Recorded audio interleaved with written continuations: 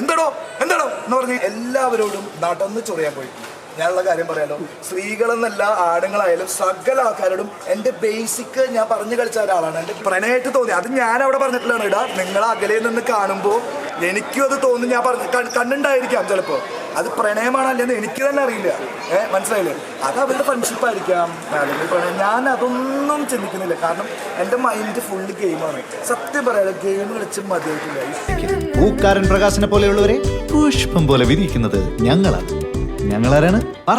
English cafe. We present you the perfect English. WhatsApp now 9633 888 575.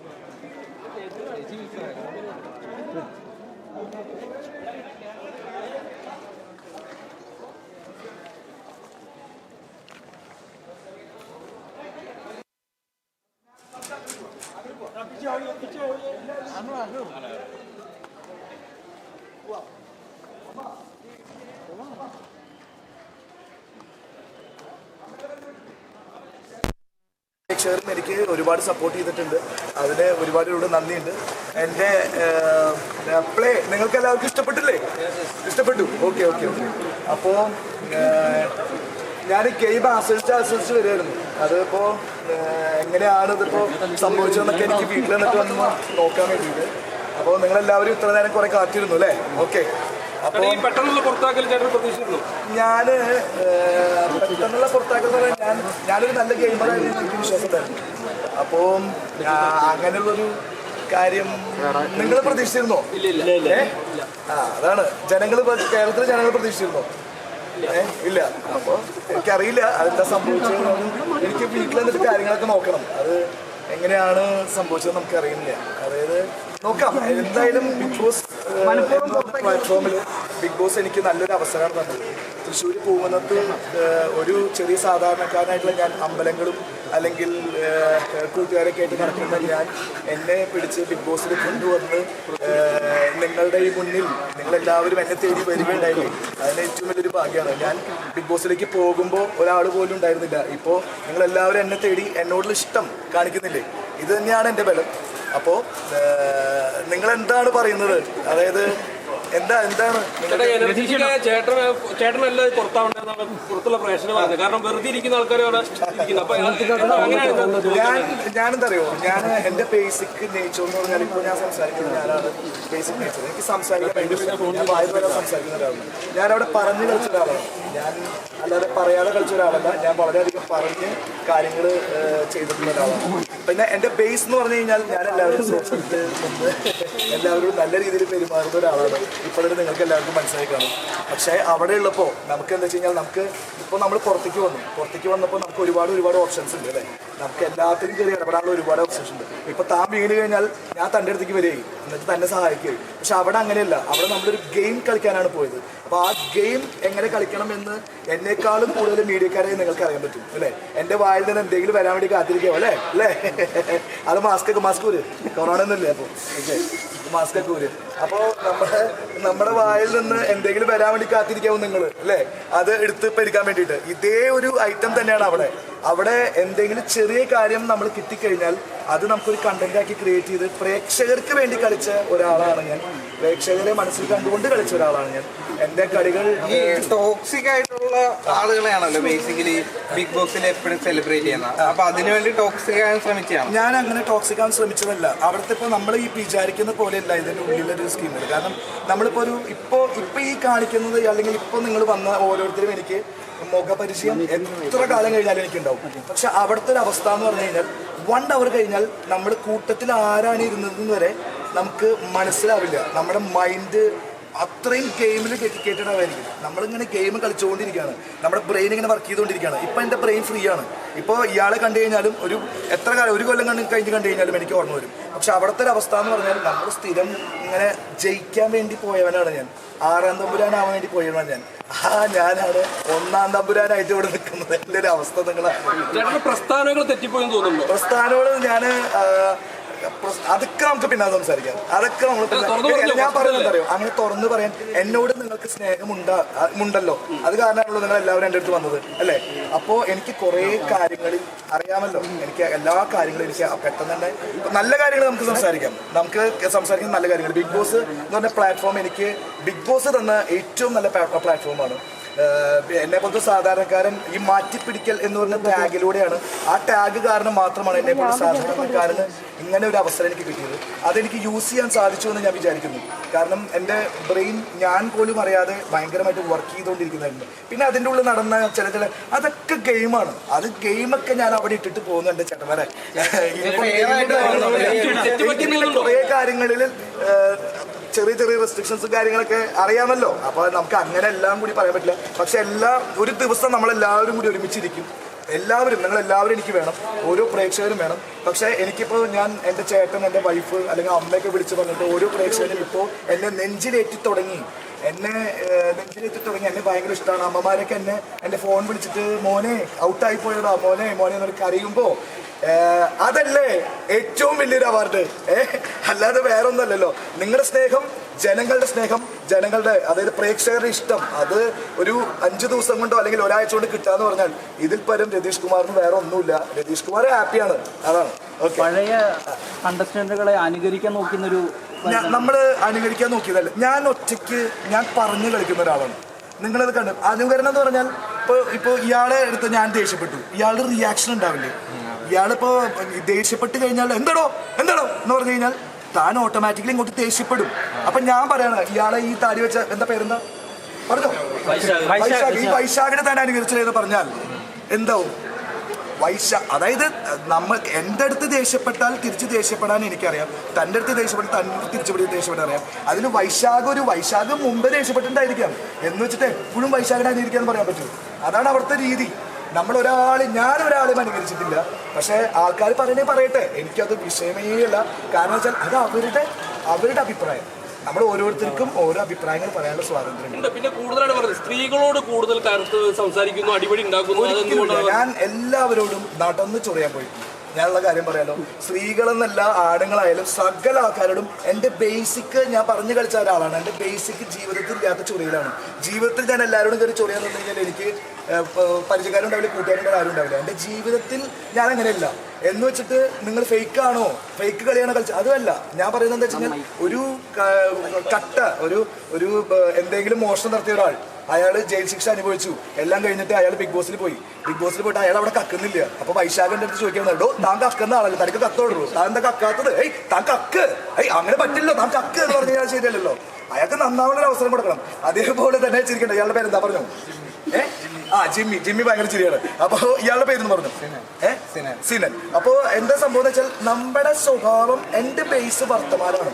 ഇപ്പൊ തന്നെ നിങ്ങൾക്ക് മനസ്സിലായിട്ടുണ്ടാവും. ഞാൻ ഇങ്ങനെ സംസാരിച്ചുകൊണ്ടിരിക്കും. ഇപ്പോൾ ഇവിടെ നിന്നിട്ട് നിങ്ങൾ പറയണ ഒരു 2 മണിക്കൂർ എന്നോട് സംസാരിക്കാതെ എനിക്ക് ഭയങ്കര ഹാപ്പിയാണ്. പക്ഷെ എൻ്റെ മക്കൾ, എൻ്റെ മോളും അവരൊക്കെ ഇവിടെ കാത്തിരിക്കുന്ന കാര്യമാണ്. അപ്പോൾ എന്താ സംഭവിച്ചത്? എൻ്റെ ബേസ് സംസാരമാണ്. ഞാൻ പറഞ്ഞു കളിച്ച ഒരാളാണ്. എനിക്ക് വേണമെങ്കിൽ അവിടെ പറയാതെ കളിക്കാമായിരുന്നു. നിങ്ങളോടെല്ലാവരും അതാണ് ഫേക്ക്. ഞാൻ പറഞ്ഞു ഓരോ കാര്യങ്ങൾ കളിച്ചുകൊണ്ടിരുന്നു. അത് എൻ്റെ സ്ട്രാറ്റജി, അല്ലെങ്കിൽ ഞാൻ അങ്ങനെയാണ്. ഞാൻ സ്ട്രേറ്റ് ഫോർവേഡാണ്. ഒറ്റയ്ക്ക് നിന്ന് കളിച്ചവനാണ് ഞാൻ. അത് ഒരാളെ അനുകരിക്കണതല്ല. എനിക്ക് മുമ്പുള്ള സീസണുകളിൽ അവർ ഒറ്റപ്പെട്ടു എന്ന് വിചാരിച്ച് എനിക്ക് ഒറ്റയ്ക്ക് കളിക്കാൻ പാടില്ല എന്നില്ലല്ലോ. ഉണ്ടോ വൈശാഖ്? ദയവ് ചെയ്ത് പറയണം, എന്നെ കൊല്ലരുതേ. ഞാൻ പറഞ്ഞില്ല, എല്ലാവരും നല്ല ഗെയിമേഴ്സാണ്. ഞാൻ ബിഗ് ബോസിൽ പോകുമ്പോൾ വിചാരിച്ചത് 19 പേരുണ്ടെങ്കിൽ അതിൽ 18 പേരും എന്നെക്കാളും വളരെ കഴിവുള്ള ഒരാളാണ് ജിമ്മി. എന്നെക്കാളും വളരെ കഴിവുള്ള ഒരാളാണ്. അവരെ തരണം ചെയ്ത് എനിക്ക് എങ്ങനെയും നിൽക്കണം. ഇപ്പം എല്ലാവരും പറയുന്നുണ്ട് എൻ്റെ ചേട്ടൻ എന്നെ സല്യൂട്ട് അടിച്ചു, എൻ്റെ 2 ചേട്ടന്മാർ എന്നെ സല്യൂട്ട് അടിച്ചു. നീ ഭയങ്കര ബുദ്ധിപരാണല്ലേ എന്ന് പറഞ്ഞിട്ട്. അപ്പോൾ ഈ ഇതൊക്കെ എവിടുന്ന് വന്നു എന്ന് എനിക്കറിയില്ല. ഞാൻ അവിടെ തരണം ചെയ്ത് എങ്ങനെയും നിൽക്കണം എന്നുള്ളൊരു സ്ട്രാറ്റജിയാണ് പ്രയോഗിച്ചത്. എന്നെക്കാളും എത്രയോ മടങ്ങ് കഴിവുകൾ. ഒന്നാമത്തെ കാര്യം നിങ്ങൾ ആലോചിക്കണം, ബിഗ് ബോസ് എന്ന് പറഞ്ഞൊരു പ്ലാറ്റ്ഫോമിൽ അങ്ങനെ കഴിവില്ലാത്ത ആൾക്കാരൊന്നും എത്തിപ്പെടില്ല. പിന്നെ എൻ്റെ വിഷൻ ശരിയാണ്, ഞാൻ നന്നായി ഗെയിം കളിച്ച ഒരാളാണ്, പക്ഷെ അതറിയില്ല.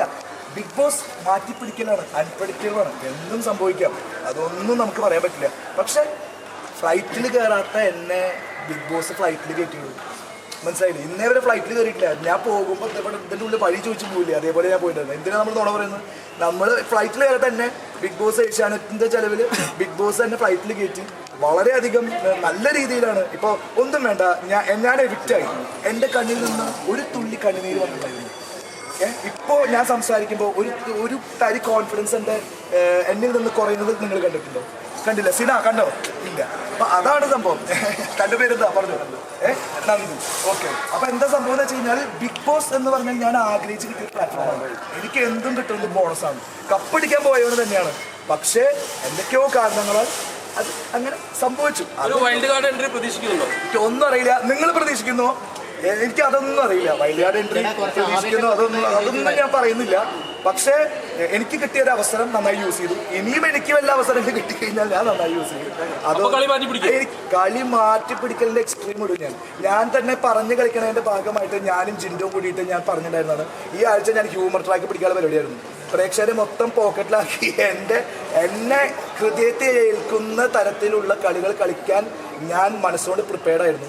ജിൻഡോനെ ഞാനും കൂടിയിട്ട് ഒരു കളി കളിക്കാനുള്ള പരിപാടിയായിരുന്നു. അത് കുറേ സിനിമകളിലെ ആ ഒരു സാധനങ്ങളൊക്കെ നിങ്ങൾക്ക് കാണാം, പക്ഷെ അത് എൻജോയബിൾ ആയിട്ടുള്ള ഒരു സാധനമായിരുന്നു. കാരണം ജിൻഡോ എനിക്ക് അത്രയും നല്ലൊരു വേണ്ടപ്പെട്ട ഒരാളായിരുന്നു. ജിൻഡോ എൻ്റെ കൂടെ ഇവിടുന്ന് പോയപ്പോൾ ഞാൻ പോകുന്നപ്പോൾ ഏറ്റവും കൂടുതൽ കരഞ്ഞത് ജിൻഡോ ആണ്. പക്ഷേ ഞാൻ അവിടെ ഓരോ കണ്ടസ്റ്റന്റിനും അത് ടെലികാസ്റ്റിന് വന്നോന്ന് എനിക്കറിയില്ല. ഞാനൊരു ഗെയിമറാണ്, ഞാൻ ഗെയിം ചെയ്യാൻ വേണ്ടി പോയതാണ്. 19 പേരും എനിക്ക് എതിരാളികളാണ്. താനിപ്പോൾ ഗെയിം കളിക്കുന്നത് മോശമായി പോയാൽ ഞാൻ അവിടെ ചെന്നാണ് എനിക്ക് തന്നെ വെട്ടി വീഴ്ത്താൻ പറ്റുള്ളൂ. ആ ഗെയിം സ്ട്രാറ്റജി ഇതുവരെ ആരെങ്കിലും ചെയ്തതായിട്ട് എനിക്കറിയില്ല. ഉണ്ടോ ഇയാള്? അപ്പോൾ എന്താ സംഭവം എന്ന് വെച്ച് കഴിഞ്ഞാൽ, ഞാൻ അവിടെ ഫൈറ്റ് ചെയ്ത് ഒരു വേറെ തരത്തിലുള്ള ഗെയിം സ്ട്രാറ്റജി ആയിരുന്നു. പാളിപ്പോയി എന്ന് ഞാൻ വിചാരിക്കുന്നില്ല. പാളിപ്പോയെങ്കിൽ ഇക്കണ്ട ക്യാമറകൾ എൻ്റെ മുമ്പിൽ വരില്ലായിരുന്നു. പാളിപ്പോയി എന്ന് വിചാരിക്കുന്നില്ല. ഇനി എൻ്റെ ചേട്ടന്മാർ പറയുന്നു, സോഷ്യൽ മീഡിയയിൽ ഒരുപാട് തരംഗം സൃഷ്ടിച്ചു. ഒരാഴ്ച കൊണ്ട് ഞാൻ ഗെയിം അതായത് ഞാൻ അവിടെ കടന്ന അന്ന് മുതൽ ഗെയിം കളിക്കാൻ തുടങ്ങി. സാധാരണ ആൾക്കാർ 4 ദിവസം അല്ലെങ്കിൽ 3 ദിവസം കഴിഞ്ഞ ആൾക്കാർ പഠിച്ചിട്ട് ഗെയിം കളിക്കുള്ളൂ. എന്നെ സംബന്ധിച്ചിടത്തോളം ഞാനൊരു സാധാരണക്കാരനാണ്. ഞാൻ ഒരു PR അങ്ങനെയൊന്നും ഒരാളെ ഏൽപ്പിക്കാതെ ചെന്ന് കിട്ടല. എൻ്റെ ഫേസ്ബുക്കൊക്കെ നോക്കിയാൽ അറിയാൻ പറ്റും. ഞാൻ അങ്ങനെയൊന്നുമല്ല. ജനങ്ങൾക്ക് വേണമെങ്കിൽ മതി, ജനങ്ങൾക്ക് എന്നെ വേണ്ട. അപ്പം ഞാൻ ഔട്ടായി പോയതാണോ? ഞാൻ ഒരു പ്ലാനിങ്ങും ഇല്ല. ഒരു സാധാരണക്കാരനെ എനിക്ക് എന്ത് പ്ലാനിങ്ങും, ഞാൻ ഒരു പ്ലാനിങ്ങും ഇല്ല. ഞാൻ പ്രോഗ്രാംസ് ഒക്കെ പണ്ട് 10 വർഷം മുമ്പ് ചെയ്തതാണ് പ്രോഗ്രാംസ് ഒക്കെ. അത് കഴിഞ്ഞിട്ട് എൻ്റെ ജീവിതം വേണോ പ്രോഗ്രാം വേണോ മുന്നോട്ട് നീങ്ങാൻ. അപ്പം ഞാൻ എൻ്റെ പ്ലാനിങ് ഇല്ലെങ്കിൽ അതാണ് ഞാൻ പറഞ്ഞുതരാം. അതായത് ബിഗ് ബോസ് എന്ന് ഇപ്പോൾ ഞാൻ ഈ സംസാരിക്കുന്നത്, വൈശാഖ് എനിക്ക് സ്ക്രിപ്റ്റ് ചെയ്ത് തന്നിട്ടാണല്ലോ ഞാൻ സംസാരിക്കുന്നത്. വൈശാഖ് ചോദ്യങ്ങൾ മുമ്പേ തന്നെ എനിക്ക് വാട്സപ്പ് ചെയ്ത് തന്നിട്ടായിരുന്നു, ഏട്ടാ അങ്ങനെയൊക്കെ പറയണമെന്ന് പറഞ്ഞത്. അതാണല്ലോ ഞാൻ സംസാരിക്കുന്നത്, അല്ലേ? ആണോ? അതാണ് ഞാൻ പറഞ്ഞില്ലേ, നമ്മൾ ബിഗ് ബോസിൽ പോകുന്ന നിങ്ങൾ എന്നെ വിശ്വസിക്കുക. എനിക്ക് പ്ലാനിങ് ഉണ്ടായിരുന്നില്ല. അങ്ങനെ പ്ലാൻ ചെയ്ത് പോകുന്ന ഒരു മേഖലയല്ല ബിഗ് ബോസ്. സിനിമ എൻ്റെ അടുത്ത് ചോദിക്കുന്ന ചോദ്യങ്ങൾ തീർച്ചയായിട്ടും ഞാനൊക്കെ ചോദിക്കുമ്പോൾ ഇതേപോലെ പറയണം, എന്നാലും എനിക്ക് തന്നേൽ ഇടാൻ പറ്റുമെന്ന് പറഞ്ഞിട്ടുണ്ടോ? പറഞ്ഞിട്ടില്ല. ഞാനിവിടെ ഫേസ് ചെയ്യുന്നത് ഓപ്പൺ ആയിട്ടാണ് ഫേസ് ചെയ്യുന്നത്. നിങ്ങൾ എന്ത് ചോദ്യങ്ങൾ ചോദിച്ചു കഴിഞ്ഞാലും ഞാൻ പറയാൻ വേണ്ടിയിട്ട് ഓപ്പൺ ആയിട്ടാണ് ഫേസ് ചെയ്യുന്നത്. ഞാൻ ബിഗ് ബോസ് എനിക്ക് വലിയൊരു പ്ലാറ്റ്ഫോം തന്നു. ബിഗ് ബോസ് എനിക്ക് എല്ലാമാണ്. ബിഗ് ബോസാണ് എനിക്ക് എല്ലാം തന്നത്. ബിഗ് ബോസിനെ ഞാൻ ഇപ്പോഴും ഞാൻ തൊഴിലാണ്. Bigg Boss is a very good show. Bigg Boss എനിക്ക് തന്ന ഒരു ഓപ്പർച്യൂണിറ്റി എൻ്റെ ജീവിതത്തിൽ മരണം വരെ മറക്കാൻ പറ്റില്ല. ബിഗ് ബോസ് ചെയ്തത് എന്തോ അത് ആക്സെപ്റ്റ് ചെയ്ത് അടിപൊളിയായിട്ടാണ് ഞാൻ ഹാപ്പി ആയിട്ട് വന്നിരിക്കുന്നത്. ഞാൻ പറഞ്ഞത് മനുഷ്യനല്ലേ കൂട്ടോ, അപ്പൊ പറഞ്ഞത് തെറ്റായിട്ട് തോന്നുമ്പോഴില്ല, അതൊക്കെ പിന്നെ നമുക്ക് സംസാരിക്കാം. അതൊന്നുമല്ലല്ലോ, നമുക്ക് പോസിറ്റീവായിട്ട് ചിന്തിക്കാം. ഗെയിമൊക്കെ ഞാൻ അവിടെ കളഞ്ഞു വന്നു. ഇപ്പൊ ഞാൻ ചൊറിയനാണോ? എനിക്ക് ചൊറിയന്റെ അവാർഡ് കിട്ടി, കോമാളിയുടെ അവാർഡ് കിട്ടി, തരികിടയുടെ അവാർഡ് കിട്ടി. ഞാൻ എൻ്റെ ജീവിതത്തിൽ എൻ്റെ നാട് തൃശ്ശൂരാണ്, പൂവനത്താണ്. നിങ്ങൾ ഓരോരുത്തരും ചെന്നിട്ട് രതീഷ് കുമാർ എങ്ങനെയുണ്ടായിരുന്നു എന്ന് ചോദിച്ചു കഴിഞ്ഞാൽ നിങ്ങളവിടെ പറയും രതീഷ അവൻ ഇങ്ങനെയല്ല എന്ന് പറയും. എന്ന് വെച്ച് ഞാൻ ഫേക്കാണെന്ന് നിങ്ങൾ പറയരുത്. നമ്മളൊരു സിനിമയിൽ അഭിനയിക്കുമ്പോൾ നമ്മളൊരു ക്യാരക്ടർ ചെയ്യല്ലേ. അതേപോലെ ബിഗ് ബോസിൽ പോകുമ്പോൾ നമ്മൾ ചെയ്യേണ്ട കാര്യങ്ങൾ ഒരാഴ്ച കൊണ്ട് എനിക്ക് തരംഗുണ്ടാക്കാൻ പറ്റിയെന്ന് ആൾക്കാർ എനിക്കറിയില്ല. ഞാൻ സാധാരണക്കാരായിട്ട് പോയതാണ്. ഇപ്പോഴും ഞാൻ സാധാരണക്കാരായിട്ട് നിൽക്കുകയാണ്. ഇപ്പം നിങ്ങളെല്ലാവരും വരുമ്പോഴാണ് എനിക്ക് മനസ്സിലാവുന്നത്. നിങ്ങളെല്ലാവരും ശ്രദ്ധിച്ചു. ഞാൻ പഴം പിഴുങ്ങിയ പോലെ ഇരുന്ന എൻ്റെ വൈശാഖെ നിങ്ങൾ എൻ്റെ അടുത്ത് വന്ന് ഈ മൈക്കൊക്കെ പിടിച്ച് സംസാരിക്കും. നമുക്ക് ഇനി പിന്നെ സംസാരിക്കാം. ഇത്ര നേരം ഞാൻ സംസാരിച്ചു, പിന്നെ സംസാരിക്കാം. നിങ്ങളെല്ലാവരും എന്നെ സ്നേഹിച്ചു. അതിൻ്റെ തെളിവാണ് നിങ്ങളെല്ലാവരും എൻ്റെ അടുത്ത് വന്നത്. പഴശ്ശേരി യുദ്ധം തുടങ്ങിയിട്ടേ ഉള്ളൂ, കമ്പനി കാണാൻ കിടക്കുന്നേ ഉള്ളൂ. ഇനിയും എന്നിൽ നിന്ന് നിങ്ങൾ എന്തെങ്കിലും പ്രതീക്ഷിക്കുന്നുവോ അതൊക്കെ വരാൻ ദൈവം എന്നെ അനുഗ്രഹിക്കട്ടെ. എല്ലാ പ്രേക്ഷകരും എൻ്റെ കൂടെ നിൽക്കട്ടെ. ഗെയിം കളിച്ച് മതിയായിട്ടില്ലുള്ളൂ. അവിടെ ഒരു ആരാ പറഞ്ഞത്? പ്രണയമായിട്ട് തോന്നി. അത് ഞാൻ അവിടെ പറഞ്ഞിട്ടുള്ളതാണ്. ഇടാ നിങ്ങൾ അകലയിൽ നിന്ന് കാണുമ്പോൾ എനിക്കും അത് തോന്നി. ഞാൻ കണ്ടുണ്ടായിരിക്കാം ചിലപ്പോൾ. അത് പ്രണയമാണല്ലെന്ന് എനിക്ക് തന്നെ അറിയില്ല. മനസ്സിലായില്ലേ? അത് അവരുടെ ഫ്രണ്ട്ഷിപ്പ് ആയിരിക്കാം, അല്ലെങ്കിൽ പ്രണയം. ഞാൻ അതൊന്നും ചിന്തിക്കുന്നില്ല. കാരണം എൻ്റെ മൈൻഡ് ഫുള്ള് ഗെയിമാണ്. സത്യം പറയാതെ ഗെയിം കളിച്ച് മതിയായിട്ടില്ല. ഇപ്പോഴും എനിക്ക് ത്രില്ഡാണ്. എനിക്ക് ഗെയിം കളിച്ച് മതിയായിട്ടില്ല. എന്നിൽ നിന്ന് കുറേ കാര്യങ്ങളുണ്ടായിരുന്നു. അതൊക്കെ പോട്ടെ, ഇപ്പോഴും ഞാൻ ഹാപ്പിയാണ്. എൻ്റെ ബിഗ് ബോസ് മുത്താണ്. Okay, thank you. ഓക്കെ, നമുക്ക് വീണ്ടും കാണാം കേട്ടോ. വീണ്ടും കാണാം. നിങ്ങൾക്ക് എല്ലാവർക്കും ഞാൻ അവസരം റെസ്ട്രിക്റ്റഡ് ആയിട്ടുള്ള സമയം കൊണ്ട് ഇത്രയും എനിക്ക് സംസാരിക്കാൻ പറ്റി. Very thank you. നിങ്ങൾക്ക് ഭയങ്കര സാധനങ്ങളാണ്. എൻ്റെ വായന പറ്റുമോ? എന്നെ പാർപ്പറ്റത് ഗീറ്റാക്കാൻ പറ്റുമോ? എൻ്റെ അച്ഛപ്പനുണ്ടാവും പരീക്ഷയാണ്. അച്ഛൻ എങ്ങനെ ഉണ്ടായിരുന്നു? അവിടെ നോക്കൂ കേട്ടാ. ഇവരാണ് എൻ്റെ, ഞാൻ പറഞ്ഞില്ലേ, ഞാൻ ഇടയ്ക്കിടയ്ക്ക് കണ്ണുനീര് പൊഴിക്കുന്നെങ്കിൽ എനിക്ക്, ഞാൻ പറഞ്ഞില്ലേ, ഞാനൊരു സാധാരണക്കാരനാണ്. എൻ്റെ ഹൃദയങ്ങളെ ഓർത്തപ്പോഴാണ് അറിയാതെ കണ്ണുനീരൊക്കെ വന്നിട്ടുള്ളത്. അത് അങ്ങനെയാണ്, നമ്മുടെ ജീവിതം അങ്ങനെയാണല്ലോ അല്ലേ? ഇയാളുടെ പേരെന്താ? മിഥുൻ. ഓക്കെ. ഇത് എന്താണ് അമ്മു? അവിടെ അമ്മു ചേച്ചി എന്ന് പറയാനല്ലേ? അത് ഗിരിയേട്ടൻ. ഏറ്റവും കൂടുതൽ ബിഗ് ബോസിൽ പോവാൻ ആഗ്രഹിച്ച ആളാണ്. വേണ്ട പോണ്ട ഗിരിയേട്ടാ, വീട്ടിൽ നിന്നാൽ മതി. അമ്മയ്ക്ക് ഭയങ്കര സങ്കടം. അമ്മ ഞാൻ അവിടെ എനിക്ക് ഭക്ഷണം കിട്ടുന്നില്ല. വിളിച്ചപ്പോഴെന്നെ ചോദിച്ചത് ഭക്ഷണം കിട്ടില്ലടാ മോനെ മതിടാ മോനെ, നീ ഇങ്ങോട്ട് വാടാ, നീ കുട്ടാ മതിടാ കുട്ടാ അല്ലേ? ഓക്കെ, അമ്മ ഹാപ്പിയാണ്, എല്ലാവരും ഹാപ്പിയാണ്.